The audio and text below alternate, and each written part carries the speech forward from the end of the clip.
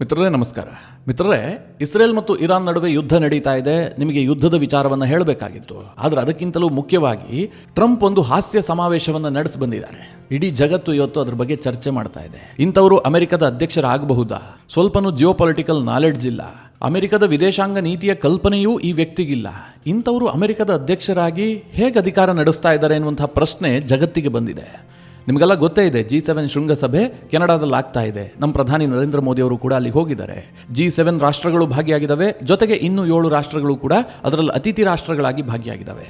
ಇಂತಹ ಒಂದು ಬೃಹತ್ ಸಭೆಯಲ್ಲಿ ಟ್ರಂಪ್ ಹಾಸ್ಯ ಕಲಾವಿದನಂತೆ ವರ್ತಿಸಿದ್ದಾರೆ. ಇಡೀ G7ಗೆ ಏನು ಮಹತ್ವ ಇದೆ ಅಂತ ವೆಸ್ಟರ್ನ್ ಲೀಡರ್ಸ್ ಹೇಳ್ತಾ ಇದ್ರು, ಆ ಎಲ್ಲ ಮಹತ್ವವನ್ನ ಟ್ರಂಪ್ ನೀರಲ್ಲಿ ಮುಳುಗಿಸ್ಬಿಟ್ಟಿದ್ದಾರೆ. ಟ್ರಂಪ್ ಮಾಡಿದ್ದೇನು ಕೇಳಿದ್ರೆ, ಫ್ರಾನ್ಸ್ನ ಅಧ್ಯಕ್ಷ ಇಮ್ಯಾನ್ಯುಯಲ್ ಮ್ಯಾಕ್ರೋನ್ಗೆ ಮುಜುಗರ ಆಗುವಂತಹ ಸನ್ನಿವೇಶ ನಿರ್ಮಾಣ ಮಾಡಿದ್ರು. ಇನ್ನೊಂದು ಕಡೆಯಲ್ಲಿ G7ನ ಶತ್ರು ರಾಷ್ಟ್ರಗಳನ್ನ ಕೊಂಡಾಡಿದ್ರು. G7 ಅನ್ನ ಬಿಟ್ಟು ಯಾವುದೇ ಡಿಕ್ಲರೇಷನ್ಗೆ ಸಹಿ ಹಾಕದೆ ಅರ್ಧಕ್ಕೆ ಎದ್ದು ಹೋದ್ರು. ಟ್ರಂಪ್ ಅವರ ಈ ಹುಚ್ಚಾಟ ಜಾಗತಿಕ ಮಟ್ಟದಲ್ಲಿ ಇವತ್ತು ಬಹಳ ದೊಡ್ಡ ಸದ್ದಾಗ್ತಾ ಇದೆ. ನಿಮ್ಗೆ ಅನಿಸಬಹುದು, ಅಲ್ಲೇನೋ G7 ಶೃಂಗಸಭೆಯಲ್ಲಿ ಏನೋ ಆದರೆ ಟ್ರಂಪ್ ಏನೋ ಹುಚ್ಚಾಟ ಮಾಡಿದ್ರೆ ಭಾರತಕ್ಕೆ ಏನು ಸಂಬಂಧ, ಭಾರತಕ್ಕೇನಾದರೂ ಲಾಭ ನಷ್ಟ ಇದೆಯಾ ಅಂತ ನೀವು ಪ್ರಶ್ನೆ ಕೇಳಿದ್ರೆ, ಖಂಡಿತವಾಗ್ಲೂ ಕೂಡ ಟ್ರಂಪ್ ಅವರ ಈ ಹುಚ್ಚು ವಿದೇಶಾಂಗ ನೀತಿಯಿಂದಾಗಿ ಭಾರತದ ಮೇಲೆ ಒಂದಷ್ಟು ಎಫೆಕ್ಟ್ ಆಗುತ್ತೆ. ಭಾರತ ಇನ್ನು ಮುಂದೆ ಕೆಲವೊಂದಷ್ಟು ನೀತಿಗಳನ್ನು ಬದಲಾಯಿಸಿಕೊಳ್ಬೇಕಾಗಿದೆ. ಅಮೆರಿಕವನ್ನ ನಾವು ಎಷ್ಟರ ಮಟ್ಟಿಗೆ ನಂಬಬೇಕು ನಂಬಾರ್ದು ಅನ್ನುವಂಥದ್ದು ಕೂಡ ಇದರಿಂದ ಡಿಸೈಡ್ ಆಗುತ್ತೆ. ಹೀಗಾಗಿ ಈ ವಿಡಿಯೋ ಮಾಡ್ತಾ ಇದ್ದೀನಿ. ಬಹಳ ಇಂಟ್ರೆಸ್ಟಿಂಗ್ ವಿಚಾರ. ನೀವು ಈ ವಿಡಿಯೋನ ಕೊನೆವರೆಗೂ ಮಿಸ್ ಮಾಡದೆ ನೋಡಿ. ಕೆನಡಾ ಈ ಬಾರಿಯ G7 ಶೃಂಗಸಭೆಯನ್ನು ಹೋಸ್ಟ್ ಮಾಡ್ತಾ ಇದೆ. ನಿಮಗೆಲ್ಲ ಗೊತ್ತು G7 ರಾಷ್ಟ್ರಗಳು ಯಾವ್ಯಾವುದು ಅಂತ. Germany, UK, France, Italy, US, Japan ಮತ್ತು ಕೆನಡಾ, ಒಟ್ಟು 7 ದೇಶಗಳ ಒಂದು ಗುಂಪು. ಈ 7 ದೇಶಗಳ ಗುಂಪು ನಡೆಸ್ತಾ ಇರುವಂತಹ ಈ G7 ಶೃಂಗಸಭೆಗೆ ಇನ್ನೂ 7 ದೇಶಗಳಿಗೆ ಆಹ್ವಾನ ಕೊಡಲಾಗಿತ್ತು. ಆ ದೇಶಗಳು ಯಾವ್ಯಾವುದು ಕೇಳಿದ್ರೆ, Bharat, Australia, Brazil, Ukraine, south Korea, ದಕ್ಷಿಣ ಆಫ್ರಿಕಾ ಮತ್ತು ಮೆಕ್ಸಿಕೋ. ನಮ್ಮ ಪ್ರಧಾನಿ ನರೇಂದ್ರ ಮೋದಿ ಅವರು ಅಲ್ಲಿ ಹೋಗಿದ್ದಾರಲ್ಲ, ಹಾಗೆ ಈ 7 ದೇಶದ ಪ್ರಮುಖರು ಕೂಡ ಈ ಸಭೆಯಲ್ಲಿ ಭಾಗಿಯಾಗಿದ್ರು. ಜೂನ್ 16ನೇ ತಾರೀಕು ಈ ಸಭೆ ಆರಂಭಗೊಳ್ತು. ಆರಂಭದಲ್ಲಿ 7 ದೇಶದ ಪ್ರಮುಖರು ಮಾತ್ರ ಭಾಗಿಯಾಗಿದ್ರು. ಅಂದ್ರೆ G7 ರಾಷ್ಟ್ರದ ನಾಯಕರು. ಟ್ರಂಪ್ ಕೂಡ ಬಂದಿದ್ರು.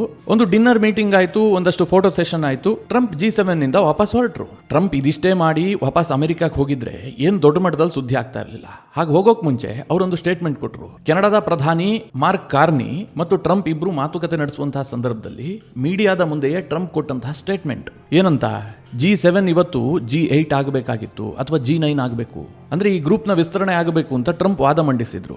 ಅದರಲ್ಲೇನು ತಪ್ಪು, ವಿಸ್ತರಣೆ ಆಗಬಹುದಲ್ವಾ? ಈಗ ಬ್ರಿಕ್ಸ್ ಕೂಡ ಕಳೆದ ವರ್ಷ ವಿಸ್ತರಣೆ ಆಯಿತು, ಹೊಸ ರಾಷ್ಟ್ರಗಳನ್ನು ಸೇರಿಸ್ಕೊಳ್ತು. ಹಾಗೆ G7 ಅನ್ನ ಕೂಡ ವಿಸ್ತರಣೆ ಮಾಡೋದಕ್ಕೆ ಟ್ರಂಪ್ ಬಯಸ್ತಾ ಇದ್ದಾರೆ ಅಂತ ನಿಮ್ಗೆ ಅನಿಸಬಹುದು. ಆದರೆ ಟ್ರಂಪ್ ತೆಗೆದುಕೊಂಡಂತ ಹೆಸರು ಯಾವುದು ಗೊತ್ತಾ? ರಷ್ಯಾ ಮತ್ತು ಚೈನಾ. ಟ್ರಂಪ್ ಅವರು ಚೈನಾ ಮತ್ತು ರಷ್ಯಾದ ಹೆಸರು ಹೇಳ್ತಿದ್ದಂತೆ ಕೆನಡಾದ ಪ್ರಧಾನಿ ಮಾರ್ಕ್ ಕಾರ್ನಿ ಮೂಕ ವಿಸ್ಮಿತರಾಗಿ ನಿಂತ್ಕೊಂಡ್ಬಿಟ್ರು. ಅವ್ರಿಗೆ ಏನು ಹೇಳಬೇಕು ಅಂತಲೂ ಗೊತ್ತಾಗಿಲ್ಲ. ಟ್ರಂಪ್ ಏನು ಹೇಳ್ತಾರೆ ಅಂತಂದ್ರೆ, G8 ಅನ್ನ G7 ಮಾಡಿದ್ದೇ ದೊಡ್ಡ ಬ್ಲಂಡರ್. ಇದನ್ನ ಮಾಡಿದ್ದು ಬರಾಕ್ ಒಬಾಮಾ ಮತ್ತು ಜಸ್ಟಿನ್ ಟ್ರೂಡೋ, ಅಂದ್ರೆ ಕೆನಡಾದ ಮಾಜಿ ಪ್ರಧಾನಿ. ಈ ಇಬ್ಬರು ನಾಯಕರ ಕಾರಣದಿಂದಾಗಿ G8 ಇವತ್ತು G7 ಆಯಿತು. ಇದು ಬಿಗ್ ಮಿಸ್ಟೇಕ್. ರಷ್ಯಾವನ್ನ ಹೊರಹಾಕಿದ್ದು ತಪ್ಪು ಅಂತ ನಾನು ಅವತ್ತು ಹೇಳ್ತಾ ಇದ್ದೀನಿ, ಇವತ್ತು ಕೂಡ ಹೇಳ್ತೀನಿ. ರಷ್ಯಾ ಯಾಕೆ ಬರಬಾರ್ದು ಈ ಗ್ರೂಪ್ಗೆ? ಚೈನಾ ಕೂಡ ಬರಬಹುದು ಅಂತ ಟ್ರಂಪ್ ಹೇಳಿದ್ರು. ನಿಮಗೆಲ್ಲ ಗೊತ್ತೇ ಇದೆ, ಈ G7 ಇದೆಯಲ್ಲ, ಇದು ಆಂಟಿ ರಷ್ಯಾ, ಆಂಟಿ ಚೈನಾ ಅನ್ನುವಂಥ ರೀತಿಯಲ್ಲೇ ಹಣೆಪಟ್ಟಿಯನ್ನು ಹೊಂದಿದೆ ಇತ್ತೀಚಿನ ವರ್ಷಗಳಲ್ಲಿ. ಹೌದು, ರಷ್ಯಾ 2014ಕ್ಕೆ ಮೊದಲು G8 ನ ಭಾಗ ಆಗಿತ್ತು. ಅಂದ್ರೆ ಈಗ G7 ಇದೆಯಲ್ಲ, ಆ ಸಂದರ್ಭದಲ್ಲಿ G8 ಆಗಿತ್ತು. ಅದರಲ್ಲಿ ರಷ್ಯಾ ಕೂಡ ಭಾಗ ಆಗಿತ್ತು. ಆದರೆ 2014ರಲ್ಲಿ ರಷ್ಯಾ ಕ್ರಿಮಿಯಾವನ್ನು ವಶಪಡಿಸಿಕೊಳ್ತು. ಈಗಿನ ಉಕ್ರೇನ್ ಇದೆಯಲ್ಲ, ಅದರ ಒಂದು ಭಾಗ ಕ್ರಿಮಿಯಾ. ಅದನ್ನ 2014ರಲ್ಲೇ ಅವರು ಆಕ್ರಮಿಸಿಕೊಂಡ್ರು. ಆ ಸಂದರ್ಭದಲ್ಲಿ ಅಮೆರಿಕದ ಅಧ್ಯಕ್ಷರಾಗಿದ್ದು ಬರಾಕ್ ಒಬಾಮಾ. ಅವರೊಂದು ತೀರ್ಮಾನವನ್ನ ಕೈಗೊಳ್ತಾರೆ, G8 ನ ಭಾಗವಾಗಿ ರಷ್ಯಾ ಇರಬಾರ್ದು, G8 ಅನ್ನ G7 ಮಾಡಬೇಕು ಅಂತ. ರಷ್ಯಾವನ್ನ ಹೊರಹಾಕಲಾಯಿತು. ಈಗ ಟ್ರಂಪ್ ಹೇಳ್ತಾ ಇದ್ದಾರೆ, ಆಗ ಕೈಗೊಂಡಂತಹ ನಿರ್ಧಾರ ಬಿಗ್ ಬ್ಲಂಡರ್, ಇದರಿಂದಾಗಿಯೇ ಯುದ್ಧ ಆಗಿದೆ ಅಂತ. ಮಿತ್ರರೇ, ಈಗ ನಿಮ್ಮ ಮನಸ್ಸಿನಲ್ಲಿ ಒಂದು ಭಾವನೆ ಬರ್ತಾ ಇರಬಹುದು, ರಷ್ಯಾ ನಮಗೆ ಮಿತ್ರ ದೇಶ ಅಲ್ವಾ? ಈಗ ಒಂದು ವೇಳೆ ಟ್ರಂಪ್ G7ಗೆ ರಷ್ಯಾವನ್ನ ಸೇರಿಸ್ಕೊಂಡು G8 ಮಾಡಿದ್ರೆ ಭಾರತಕ್ಕೆ ಅದರಿಂದ ಲಾಭ ಆಗುತ್ತಲ್ವಾ? ಭಾರತಕ್ಕೆ ಏನು ನಷ್ಟ? ನಾವ್ಯಾಕೆ ಇದ್ರ ಬಗ್ಗೆ ತಲೆ ಕೆಡಿಸ್ಕೊಳ್ಬೇಕು ಅಂತ. ರಷ್ಯಾವನ್ನ G7 ರಾಷ್ಟ್ರಗಳು ಸೇರಿಸ್ಕೊಂಡ್ರೆ ಭಾರತಕ್ಕೆ ಯಾವುದೇ ರೀತಿಯಲ್ಲೂ ತೊಂದರೆ ಇಲ್ಲ, ಅದರಿಂದ ಯಾವುದೇ ತಲೆಬಿಸಿ ಕೂಡ ಇಲ್ಲ. ಆದ್ರೆ ಟ್ರಂಪ್ ಏನ್ ಹೇಳ್ತಾ ಇದ್ದಾರೆ, ಚೈನಾವನ್ನು ಕೂಡ ಸೇರಿಸ್ಕೊಳ್ಬಹುದು ಅಂತ. ನಿಮಗೆ ನೆನಪಿರಲಿ, ಚೈನಾ ಕೂಡ G7 ನ ಭಾಗ ಆಗೋದಿಲ್ಲ, ರಷ್ಯಾ ಕೂಡ G7 ನ ಭಾಗವಾಗಿ ಇನ್ನೊಮ್ಮೆ ಸೇರ್ಪಡೆ ಆಗುವಂತ ಸಾಧ್ಯತೆಗಳು ತೀರಾ ಕಡಿಮೆ ಇದೆ. ಆದ್ರೆ ಅಮೆರಿಕದ ಚೈನಾ ಪಾಲಿಸಿ ಎಷ್ಟು ವೀಕ್ ಆಗಿದೆ ಅಂತ ಭಾರತ ಇಲ್ಲಿ ಗಮನಿಸಬೇಕು. ನಾಳೆ ಈ ಅಮೆರಿಕವನ್ನ ನಂಬಿಕೊಂಡು ನಾವು ಚೈನಾವನ್ನ ಎದುರಾಕೊಂಡ್ರೆ ನಷ್ಟ ಅನುಭವಿಸಬೇಕಾದವರು ನಾವೇ.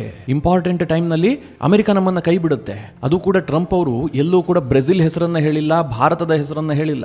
ಈ G7 ಇದೆಯಲ್ಲ, ಇದು ಆರಂಭದಲ್ಲಿ G6 ಆಗಿತ್ತು. ಕೆನಡಾ ಇದರಲ್ಲಿ ಇರಲಿಲ್ಲ, ರಷ್ಯಾ ಇರಲಿಲ್ಲ. ಆನಂತರ ಕೆನಡಾವನ್ನ ಸೇರಿಸಿಕೊಳ್ಳಲಾಯಿತು, ರಷ್ಯಾವನ್ನ ಸೇರಿಸಿಕೊಳ್ಳಲಾಯಿತು. ಆಗ ಇವರು ಯಾವ ರೀತಿಯಾಗಿ ಯಾಕೆ ಇದನ್ನ ಹೇಳ್ಕೊಳ್ತಾ ಇದ್ರು ಅಂತಂದ್ರೆ, ಇದು ವಿಶ್ವದ ಟಾಪ್ 8 ಎಕಾನಮಿ. ಚೈನಾ ಒಂದು ಅದರಿಂದ ಹೊರಗಿತ್ತು ಬಿಟ್ರೆ ಉಳಿದಂತೆ ವಿಶ್ವದ ಟಾಪ್ 10 GDP ಹೊಂದಿದಂತಹ ದೇಶಗಳೇ ಆ ಪಟ್ಟಿಯಲ್ಲಿ ಇದ್ವು. 2002ರಲ್ಲಿ G8 ಇತ್ತಲ್ಲ, ಆ ಸಂದರ್ಭದಲ್ಲಿ ಗ್ಲೋಬಲ್ GDPಯಲ್ಲಿ G8 ನ ಪಾಲು 48% ಇತ್ತು. ಅದೇ 2025ರಲ್ಲಿ ಅಂದರೆ ಇವತ್ತು G7ನ ಒಟ್ಟು ಗ್ಲೋಬಲ್ GDPಯ ಪಾಲು 29% ಮಾತ್ರ.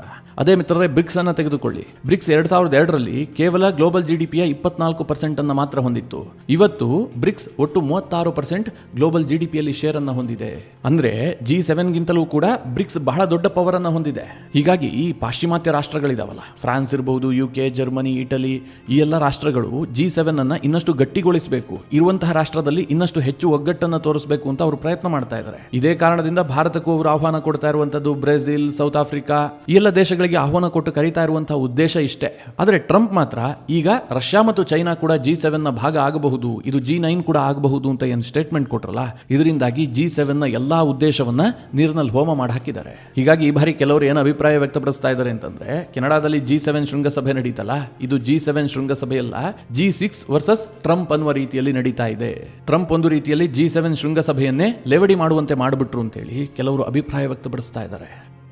ಇಲ್ಲಿ ಮಿತ್ರರೇ, ಭಾರತ ಏನು ಗಮನಿಸಬೇಕು ಅಂತಂದ್ರೆ, ನಾವು ಚೈನಾವನ್ನ ಇನ್ನಷ್ಟು ಬ್ಯಾಲೆನ್ಸ್ ಮಾಡಬೇಕು. ನಾವು ಚೈನಾವನ್ನ ಪ್ರತಿಸ್ಪರ್ಧಿಯಾಗಿ ನೋಡಿ ಅವರನ್ನು ಎದುರು ಹಾಕೊಂಡು ಯುದ್ಧದಂತಹ ಸಿಚುವೇಶನ್ ಅನ್ನ ಯಾವ ಕಾರಣಕ್ಕೂ ತಂದುಕೊಳ್ಬಾರದು. ಯಾಕೆಂದ್ರೆ ನಾವು ವೆಸ್ಟರ್ನ್ ಕಂಟ್ರೀಸ್ ಅನ್ನು ನಂಬುವ ಹಾಗಿಲ್ಲ, ಜಗತ್ತಿನಲ್ಲಿ ಇನ್ಯಾವುದೂ ದೇಶವನ್ನು ನಂಬುವ ಸ್ಥಿತಿಯಲ್ಲಿ ಭಾರತ ಈಗಿಲ್ಲ.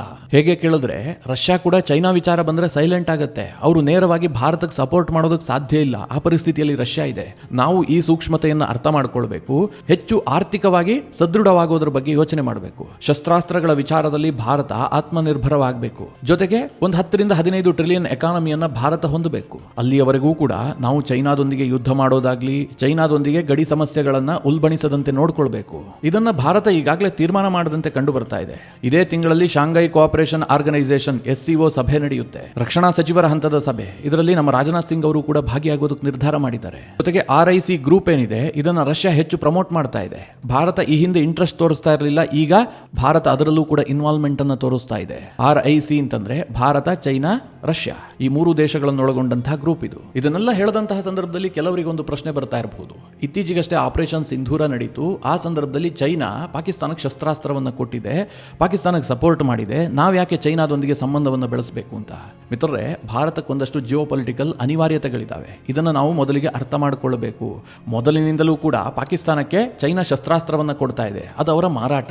ಆದರೆ ನಮಗೆ ಆಪರೇಷನ್ ಸಿಂಧೂರದ ವೇಳೆ ಮೋಸ್ಟ್ ಡೇಂಜರಸ್ ಯಾರು ಕೇಳಿದ್ರೆ ಟರ್ಕಿ ಈ ಹಿಂದೆ ಪಾಕಿಸ್ತಾನಕ್ಕೆ ದೊಡ್ಡ ಪ್ರಮಾಣದಲ್ಲಿ ಯಾವುದೇ ಶಸ್ತ್ರಾಸ್ತ್ರವನ್ನು ಕೊಡ್ತಾ ಇರಲಿಲ್ಲ. ಯುದ್ಧದ ಸನ್ನಿವೇಶ ನಿರ್ಮಾಣ ಆದಂತಹ ಸಂದರ್ಭದಲ್ಲಿ ಟರ್ಕಿ ಪಾಕಿಸ್ತಾನಕ್ಕೆ ಶಸ್ತ್ರಾಸ್ತ್ರವನ್ನು ಪೂರೈಕೆ ಮಾಡಿತು. ಅಂದ್ರೆ ಭಾರತ ಅನಗತ್ಯವಾಗಿ ಚೈನಾದೊಂದಿಗೆ ತಲೆ ಕೊಡೋದಕ್ಕೆ ಹೋಗಬಾರದು.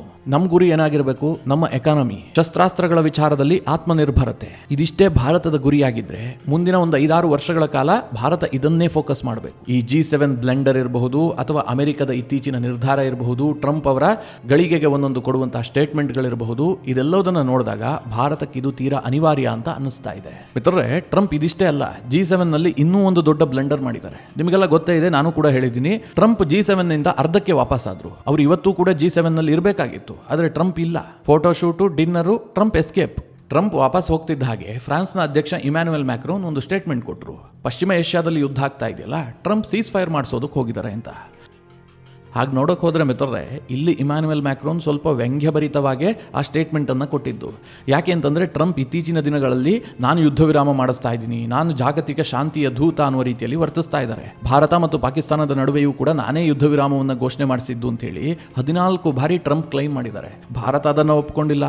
ಪಾಕಿಸ್ತಾನವೂ ಕೂಡ ಎಲ್ಲೂ ಟ್ರಂಪ್ ಕಾರಣದಿಂದಾಗಿ ಯುದ್ಧ ವಿರಾಮ ಆಯಿತು ಅಂತ ಹೇಳ್ಕೊಂಡಿಲ್ಲ. ಭಾರತ ಟ್ರಂಪ್ ಹೇಳಿಕೆಯನ್ನು ರಿಜೆಕ್ಟ್ ಮಾಡಿದೆ, ತಳ್ಳಿ ಹಾಕಿದೆ. ಆದರೆ ಪಾಕಿಸ್ತಾನ ಕೆಲಸ ಮಾಡಿಲ್ಲ ಅಷ್ಟೇ. ಇಸ್ರೇಲ್ ಮತ್ತು ಇರಾನ್ ನಡುವೆ ಯುದ್ಧ ಆಗ್ತಾ ಇರುವಂತಹ ಈ ಸಂದರ್ಭದಲ್ಲಿ ಟ್ರಂಪ್ ಯುದ್ಧ ವಿರಾಮದ ಬಗ್ಗೆ ಪದೇ ಪದೇ ಹೇಳಿಕೆ ಕೊಡ್ತಾ ಇದ್ದಾರೆ. ನಾನು ಯುದ್ಧ ವಿರಾಮವನ್ನು ಮಾಡಿಸ್ತೀನಿ, ಡೀಲ್ ಮಾಡಿಸ್ತೀನಿ ಅಂತ. ಹೀಗಾಗಿ ಫ್ರಾನ್ಸ್ನ ಅಧ್ಯಕ್ಷ ಇಮ್ಯಾನ್ಯುಯಲ್ ಮ್ಯಾಕ್ರೋನ್ ಸ್ವಲ್ಪ ವ್ಯಂಗ್ಯಭರಿತವಾಗಿ ಟ್ರಂಪ್ ಸೀಸ್ ಫೈರ್ ಮಾಡಿಸೋದಕ್ಕೆ ಹೋಗಿದ್ದಾರೆ ಅಂತ ಸ್ಟೇಟ್ಮೆಂಟ್ ಕೊಟ್ಟರು. ಟ್ರಂಪ್ ಇನ್ನೂ ಕೂಡ ಕೆನಡಾದಿಂದ ಅಮೆರಿಕಾಗೆ ಹೋಗಿ ಇಳಿದಿರಲಿಲ್ಲ. ಮಾರ್ಗ ಮಧ್ಯದಲ್ಲೇ ಇಮ್ಯಾನ್ಯುಯಲ್ ಮ್ಯಾಕ್ರೋನ್ ಸ್ಟೇಟ್ಮೆಂಟ್ ಅನ್ನು ನೋಡಿ ಟ್ರಂಪ್ ಸಿಕ್ಕಾಪಟ್ಟೆ ಕೋಪಗೊಂಡಿದ್ದಾರೆ.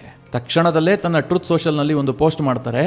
ಪ್ರಚಾರ ಪ್ರಿಯನಾದಂತಹ ಇಮ್ಯಾನ್ಯುಯಲ್ ಮ್ಯಾಕ್ರೋನ್ ನಾನು G7 ಅನ್ನ ಅರ್ಧಕ್ಕೆ ಬಿಟ್ಟು ಹೋಗೋದಕ್ಕೆ ಸೀಸ್ ಫೈರ್ ಕಾರಣ ಅಂತ ಹೇಳ್ತಾ ಇದ್ದಾರೆ. ಇದು ದೊಡ್ಡ ತಪ್ಪು. ಮ್ಯಾಕ್ರೋನ್ಗೆ ನಾನು ಯಾಕೆ ವಾಷಿಂಗ್ಟನ್ಗೆ ವಾಪಸ್ ಹೋದೆ ಅಂತ ಗೊತ್ತೇ ಇಲ್ಲ. ನಾನು ಹೋಗಿದ್ದು ಯುದ್ಧ ವಿರಾಮವನ್ನು ಮಾಡಿಸೋದಕ್ಕಲ್ಲ, ಅದಕ್ಕಿಂತಲೂ ದೊಡ್ಡದಾದಂತಹದ್ದೊಂದು ಕೆಲಸ ಇದೆ. ಇಲ್ಲಿ ಸೂಕ್ಷ್ಮವಾಗಿ ನೀವೇನು ಗಮನಿಸಬೇಕು ಅಂತಂದ್ರೆ, ಟ್ರಂಪ್ ಎಲ್ಲರನ್ನೂ ಕೂಡ ವೈಯಕ್ತಿಕವಾಗಿ ಹ್ಯಾಂಡಲ್ ಮಾಡ್ತಾ ಇದ್ದಾರೆ ಹೊರತು ಅವರು ಒಂದು ದೇಶದ ಅಧ್ಯಕ್ಷರು ಅಂತ ನೋಡ್ತಾ ಇಲ್ಲ. ಫ್ರಾನ್ಸ್ ಮತ್ತು ಅಮೆರಿಕದ ಸಂಬಂಧ ಬಹಳ ಗಾಢವಾದಂತಹ ಸಂಬಂಧ, ಎರಡೂ ಕೂಡ ಅಲೈ ಕಂಟ್ರಿಗಳು. ಅಂತಹ ಫ್ರಾನ್ಸ್ನ ಅಧ್ಯಕ್ಷರನ್ನ ಟ್ರಂಪ್ ಪ್ರಚಾರ ಪ್ರಿಯ ಅಂತ ಕರೀತಾ ಇದ್ದಾರೆ. ಅಂದ್ರೆ ಅವರಿಗೆ ಅವಮಾನ ಆಗುವ ರೀತಿಯಲ್ಲಿ ಆ ಒಂದು ಪೋಸ್ಟ್ ಹಾಕ್ತಾರೆ. ಗೊತ್ತಿಲ್ಲ ಟ್ರಂಪ್ ಅದು ಯಾವ ಅರ್ಥದಲ್ಲಿ ದೊಡ್ಡದೇನೋ ಕೆಲಸ ಇದೆ, ಯುದ್ಧ ವಿರಾಮ ಅಲ್ಲ, ಅದಕ್ಕಿಂತ ದೊಡ್ಡ ಕೆಲಸ ಇದೆ ಅಂತ ಹೇಳಿದ್ರು ಯಾರಿಗೂ ಕೂಡ ಗೊತ್ತಿಲ್ಲ ಟ್ರಂಪ್ ಮನಸ್ಸಿನಲ್ಲಿ ಏನಿದೆ ಅಂತ.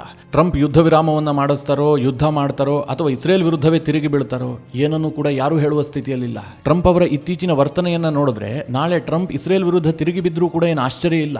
ಹೀಗಾಗಿ ಜಾಗತಿಕ ಮಟ್ಟದಲ್ಲಿ ಟ್ರಂಪ್ ಅವರನ್ನ ಯಾವುದಾದ್ರೂ ವಿದೇಶಿ ನಾಯಕರು ಭೇಟಿ ಮಾಡಬೇಕು ಅಂತಂದ್ರೆ ಸ್ವಲ್ಪ ಯೋಚನೆ ಮಾಡಬೇಕಾದಂತಹ ಅನಿವಾರ್ಯತೆ ಇದೆ. ಎಲ್ಲಿ ನಮಗ್ ಮುಜುಗರ ತಂದಿಟ್ಟು ಬಿಡ್ತಾರೋ ಅಂತ. ನೀವೇ ನೋಡಿ ಟ್ರಂಪ್ ಯಾರ್ಯಾರಿಗೆ ಅವಮಾನ ಮಾಡಿದ್ದಾರೆ ಅಂತ. ಉಕ್ರೇನ್ ಅಧ್ಯಕ್ಷ ಜೆಲೆನ್ಸ್ಕಿ ಒಬ್ಬ ಮೆಚೂರ್ಡ್ ಪರ್ಸನ್ ಅಲ್ಲ, ಅವ್ರಿಗೇನೋ ಅವಮಾನ ಆಯ್ತು ಅಂತಂದ್ರೆ ಓಕೆ, ಇಬ್ಬರ ನಡುವೆ ಏನೋ ಆಗೋಗಿದೆ ಅಂತ ಅನ್ಕೋಬಹುದು. ಸೌತ್ ಆಫ್ರಿಕಾದ ಅಧ್ಯಕ್ಷ ರಾಮಾಫೋಸಾ ಅವರು ಟ್ರಂಪ್ ಅವರನ್ನ ಭೇಟಿಯಾದಂತಹ ಸಂದರ್ಭದಲ್ಲಿ ಅವಮಾನವನ್ನ ಎದುರಿಸಿದ್ರು.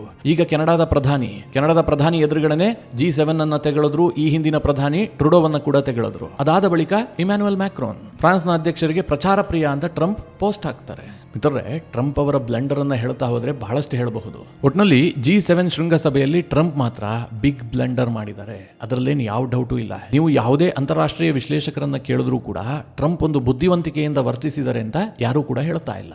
ಈ ಎಲ್ಲ ವಿಚಾರಗಳ ಬಗ್ಗೆ ನಿಮ್ಮ ಅನಿಸಿಕೆ ಅಭಿಪ್ರಾಯಗಳೇನು ಕಮೆಂಟ್ ಮಾಡುವ ಮೂಲಕ ನಮಗೆ ತಿಳಿಸಿ. ಹಾಗೆ ನೀವಿನ್ನೂ ನಿಮ್ಮ ನೆಚ್ಚಿನ ಸಂಸ್ಕಾರ ಸೌರಭ ಯೂಟ್ಯೂಬ್ ಚಾನಲ್ನ ಸಬ್ಸ್ಕ್ರೈಬ್ ಮಾಡಿಲ್ಲ ಅಂತಾದರೆ ಈ ಕೂಡಲೇ ಸಬ್ಸ್ಕ್ರೈಬ್ ಮಾಡಿ. ಮುಂದಿನ ಎಲ್ಲ ಅಪ್ಡೇಟ್ಗಳ ನೋಟಿಫಿಕೇಷನ್ಗಾಗಿ ಬೆಲ್ ಐಕಾನ್ ಒತ್ತಿ.